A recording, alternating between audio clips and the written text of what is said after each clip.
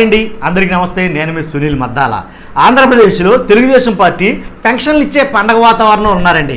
కానీ పెన్షన్లు ఇవ్వటం ఎంత ముఖ్యమో మిగిలిన ఏదైతే కరెక్ట్ సమయానికి ఇవ్వాలో అవి ఇవ్వకపోవడం కూడా చాలా దురదృష్టకరమని నేను అంటాను. ఎందుకంటే గంగపుత్రుల గోస వాళ్ళకి ఇచ్చే భరోసా ఏది అని అడుగుతున్నారండి. గంగపుత్రుల గోస వినపట్టలేదా నారా చంద్రబాబు నాయుడు గారికి అనైతే కనుక గంగపుత్రులు బాధపడుతున్నారు. ఏంట్రా అసలు ఎవరి గంగపుత్రులు దేనికి బాధపడుతున్నారంటే కనుక గంగపుత్రులు ఎవరైతే ఉన్నారో మత్స్యకార భరోసా ఏదైతే ఉందో అది ఇంకా ఇవ్వాల. 2 వారాలు గడువు దాటి 2 వారాలు కావస్తుంది, ఇంకా ఇవ్వాల. ఎప్పుడు ఇస్తారు చంద్రబాబు నాయుడు గారు? మాకు ఇచ్చే ఏదైతే ఆ 2 నెలలుగా తాలూకాకు గాను మేము వేటకి వెళ్ళటం లేదు, మాకు ఇదే ఆధారం కాబట్టి ఎప్పుడు ఇస్తారని చెప్పేసి గంగపుత్రులు అందరూ కూడా చాలా బాధపడుతున్నారండి, చాలా ఆవేదన చెందుతున్నారు. ఎప్పుడు ఇస్తారు, ఇంకా 2 వారాలు గడిచిపోయింది కదని. ఏంటి అసలు గంగపుత్రులకు ఇవ్వాల్సిన డబ్బుల గురించి దాని గురించి మనం ఈ వీడియోలో మాట్లాడబోతున్నాం. పూర్తిగా వివరంగా క్షుణ్ణంగా తెలుసుకునే ముందు నాది రిక్వెస్ట్ ఉందండి, ప్లీజ్ లైక్ చేయండి, నాకు కొంచెం మోటివేషన్గా ఉంటుంది. లైక్ చేసిన తర్వాత మీ అమూల్యమైన అభిప్రాయాన్ని వీడియో ఎండ వరకు చూసి కామెంట్ రూపంలో తెలియజేయండి. అంతేకాదు ఏదైతే ఎవరైతే కొత్త వాళ్ళు ఉన్నారో పక్కాగా మన ఛానల్ సబ్స్క్రైబ్ చేసుకోండి. ప్రజలకు ఉపయోగపడే వీడియోలు మాత్రమే మీ ముందుకు తీసుకురావడానికి ప్రయత్నం చేస్తుంటాను. గంగపుత్రుల గోస ఇదండి మనం చెప్పబోయే వాళ్ళ భాష. ఏంటంటే సుమారుగా ఆంధ్రప్రదేశ్లో 130,000 మంది వేటకు వెళ్ళే మత్స్యకారులు ఉన్నారండి. వీళ్ళకి ప్రతి సంవత్సరం ఏ గవర్నమెంట్ ఉన్నా కానీ ప్రతి సంవత్సరం వీళ్ళకంటూ ఒక భరోసా ఇస్తుంది. ఎందుకంటే వీళ్ళ వేటకి వెళ్ళే కాలంలో సంవత్సరానికి గాను 60 రోజులు మాత్రం వేట నిషేధం ఉంటుంది. ఎందుకంటే ఆ టైంలో చేపలు గుడ్లు పెడతాయి, గుడ్లు పిల్లలు అవుతాయి. కాబట్టి వేట వేస్తే కనుక ఆ మొత్తం మత్స్య సంపద అంతా పాడైపోతుంది, కాబట్టి చచ్చిపోతుంది. కాబట్టి ఆ 60 రోజులు వేటకి నిషేధం అన్నమాట. కాబట్టి ప్రభుత్వం ఆ వేట నిషేధం విధించిన ఆ రోజుల్లో వాళ్ళకి బ్రతుకుతూనే ఉండదు. ఎందుకంటే వేటే వాళ్ళ జీవనాధారం కాబట్టి దాని మీదే ఆధారపడి బ్రతుకుతారు. కాబట్టి ఆ 60 రోజులకు గాను వాళ్ళకి ఎంతో కొంత ఇవ్వడం ఫస్ట్ నుంచి అలవాటైంది. నారా చంద్రబాబు నాయుడు గారి హయాంలో చూస్తే కనుక వాళ్ళకి ఎంత ఇచ్చేవారు అంటే కనుక 2,000 రూపాయలు ఇచ్చి అమౌంట్, అలాగే వాళ్ళకి కావాల్సినటువంటి కొన్ని సరుకులు అయితే ఇవ్వడం జరిగేది. తర్వాత 4,000 చొప్పున, తర్వాత 2,000 బియ్యం అవి ఇచ్చేవారు. ఇచ్చిన తర్వాత ఏమైందంటే ఆ రేషన్ సరుకులు, ఆ బియ్యం పప్పులు ఇవన్నీ ఆఫ్ చేసేసి 4,000 చేసింది చంద్రబాబు నాయుడు గారి ప్రభుత్వం. 4,000 చేసి ఇవ్వడం ప్రారంభించారు. కానీ ఆ 4,000 కూడా ఏంటంటే వేట నిషేధం విధించిన ఆ రోజుల్లో కాకుండా తర్వాత ఎప్పుడో 2-3 నెలలు పోయిన తర్వాత వచ్చి అనుకోండి, అది వేరే విషయం.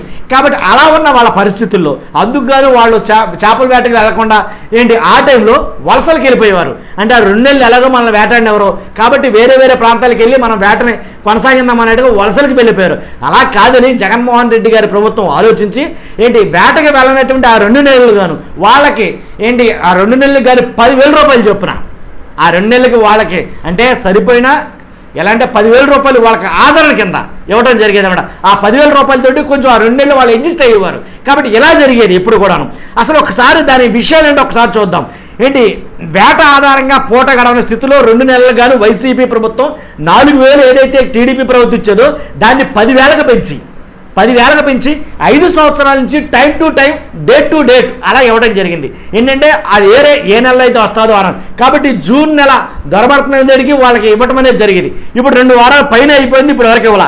కాబట్టి ఏదైతే వైసీపీ ఎవరెవరికి ఇచ్చింది, అసలు ఎంతమందికి ఇచ్చింది, ఎలా ఇచ్చింది అని లెక్కలేస్తే కనుక మెకనైజ్డ్ బోట్లని కొన్ని ఉంటాయండి, తర్వాత మోటరైజ్డ్ బోట్లని ఇంకొన్ని ఉంటాయి, అలాగే తెప్పలని కొన్ని ఉంటాయి, అలాగే సాంప్రదాయ నౌకలని కొన్ని ఉంటాయి. ఏదైనా సరే మత్స్యకారులు అయితే చాలు, ఇంకేం అవసరంలా, క్వాలిఫికేషన్స్ కానీ అర్హతలు కానీ ఏం అవసరంలా, వాళ్ళ మత్స్యకారులా కాదా కావాలి. కాబట్టి వాళ్ళు ఏ బోట్లో వాడుతున్నారో కూడా చూడకుండా తెప్పల, లేకపోతే సాంప్రదాయ నౌకల, మెకనైజ్డ్ బోట్ల, మామూలు బోట్ల అని చూడకుండా ప్రతి మత్స్యకారుడికి 10,000 రూపాయలు చొప్పున ఇవ్వడం జరిగిందనమాట. అంతేకాదు టీడీపీ ప్రభుత్వంలో 2014 నుంచి 2019 వరకు ఈ మధ్యలో ఏదైతే ఉందో ఏటా 60,000 మందికి 5 ఏళ్లలో ఆ ప్రభుత్వం ఖర్చు పెట్టిన ఖర్చు వాళ్ళ మీద 104 కోట్లు అనమాట. కాబట్టి ఈ 104 కోట్లు 5 సంవత్సరాల్లో 60,000 మందికి టీడీపీ ప్రభుత్వం ఇచ్చింది. అదే వైసీపీ ప్రభుత్వం అయితే కనుక 2019 నుంచి 2024 మధ్యలో చూసుకున్నట్లయితే కనుక సగటున 116,000 మందికి 5 ఏళ్లలో 538 కోట్ల రూపాయలు అయితే కనుక వాళ్ళకి ఇవ్వడం జరిగింది. 10,000 రూపాయలు చొప్పున. అంటే సుమారుగా టీడీపీ ప్రభుత్వం అలాగే వైసీపీ ప్రభుత్వంతో పోల్చుకుంటే వైసీపీ ప్రభుత్వం 400 కోట్ల రూపాయలు అదనంగా ఇచ్చింది వాళ్ళకి. అదే అండి. కాబట్టి వాళ్ళు కొంచెం ధీమా ఏర్పడింది. అంతేకాదు ఇప్పుడు ఇవ్వకపోయేసరికి ఏంట్రా బాబు ఇంకా టైం వచ్చింది ఇంకెవ్వలేదు అంటే ప్రభుత్వం మారింది. అలాగే ఎలక్షన్ కోడ్ అమల్లో ఉండడం వల్ల వాళ్ళ డబ్బులు కూడా వాళ్ళకి రాకపోవడం జరిగింది. కాబట్టి ఇప్పుడు వస్తాయా రాదా అనే ఆందోళనలో చాలా మట్టుకైతే ఉన్నారన్నమాట. అంతే కదండి, టీడీపీ మత్స్యకార భరోసాను 10,000 నుంచి 20,000 పెంచుతామని ఎన్నికల్లో హామీ ఇచ్చారు. ఏదైతే మత్స్యకార భరోసా చొప్పున మత్స్యకార భరోసా పేరుతోటి ఎవరైతే వైఎస్ జగన్మోహన్ రెడ్డి గారు 10,000 రూపాయలు చెప్పిస్తున్నారో దాన్ని 10,000 కాదు 20,000 ఇస్తామని టీడీపీ అధినేత చంద్రబాబు నాయుడు గారు ఎన్నికల్లో వాగ్దానం చేశారు. మరి ఆ 10,000 మాట దేవుడు వరకు 20,000 మాట దేవుడు వరకు అసలు ఇప్పుడు వరకు కూడా ఎలాంటి డబ్బులు రాలేదని కంగారు పడుతున్నారు. ఎందుకంటే ఆల్రెడీ 2 వారాలు గడిచింది. ఇంకొక 2 వారాలు గడిస్తే ఈ 2 నెలలకు గాను వాళ్ళు డీల్కి అప్పులకి వెళ్ళాల్సి వస్తుంది. కాబట్టి వేసే డబ్బులు ఏదన్నా ఇన్ టైంలో వేస్తే బాగుంటుందని మత్స్యకారులు అందరూ అడుగుతున్నారండి. కాబట్టి గడువు ముగిసిన 2 వారాలు అవుతుంది. మరి ఎప్పుడు వస్తాయి మత్స్యకార భరోసా? ఏదైతే మీరు పెంచి 10,000ని 20,000 పెంచి ఇస్తామన్నారో కాబట్టి 20,000 ఎప్పుడు ఇస్తారు అనేది కనుక వాళ్ళు ఆందోళన చెందుతున్నారు. అంతేకాదు అసలు ఎక్కడెక్కడ ఏ జిల్లాలు దీని మీద ఆధారపడి ఉన్నాయంటే కనుక కాకినాడ జిల్లా కానీ, అనకాపల్లి జిల్లా కానీ, బాపట్ల జిల్లా కానీ, శ్రీకాకుళం జిల్లా కానీ, తిరుపతి జిల్లా కానీ, విజయనగరం జిల్లా కానీ, విశాఖ జిల్లా కానీ, ప్రకాశం జిల్లా కానీ, పశ్చిమ గోదావరి జిల్లా కానీ, నెల్లూరు జిల్లా కానీ, గుంటూరు జిల్లా కానీ, కృష్ణా జిల్లా కానీ, తూర్పుగోదావరి జిల్లా కానీ ఇలా కొన్ని జిల్లాలు అయితే ఉన్నాయి. ఈ జిల్లాలన్నింటిలో కూడాను వేటే ప్రధాన ఆధారం కింద వేట మీదే బ్రతికే బతుకులు అనమాట. కానీ అలాంటి మత్స్యకారులు అందరూ కూడాను ఈ 2 నెలలు చాలా అవస్థలు పడతారు నిజంగాను. కాబట్టి ఈ 2 నెలలు ఇవ్వాల్సినటువంటి ఆ 10,000 పెంచి 20,000 ఇస్తాన్న అమౌంట్ ఇంకా పడకపోయేసరికి 2-3 వారాల నుంచి ఎదురు చూస్తున్నారు ఎప్పుడు పడతాయని. కాబట్టి వాళ్ళకి ఇవ్వకపోతే కనుక చాలా ఇబ్బందులు ఎదుర్కొంటారు వాళ్ళు. ఎందుకంటే వాస్తవంగా దాని మీద ఆధారం కాబట్టి వలసలకి వెళ్ళలేరు. ఆల్రెడీ జగన్మోహన్ రెడ్డి గారి ప్రభుత్వం వాళ్ళకి అలవాటు చేసింది ఏంటిది, ఆల్రెడీ ప్రతిదీ ఎప్పుడైతే మత్స్యకార భరోసా ఉందో ఆ భరోసా అనేది కరెక్ట్గా జూన్ మొదలవుతుందని వాళ్ళ అమౌంట్లో జమ చేసేసేవారు. ఇప్పుడు జమ చేయట్లా. కాబట్టి ఆ జమ చేసే అమౌంట్ కోసం ఎదురు చూస్తున్నారు. కాబట్టి అసలు వేస్తారా వేయరా అనేది ఒక డౌట్ ఉంది. ఇప్పుడేమో ఏదైతే నారా చంద్రబాబు నాయుడు గారి గవర్నమెంట్ ఉందో ఈ పెన్షన్ హడావిడిలో ఉంది.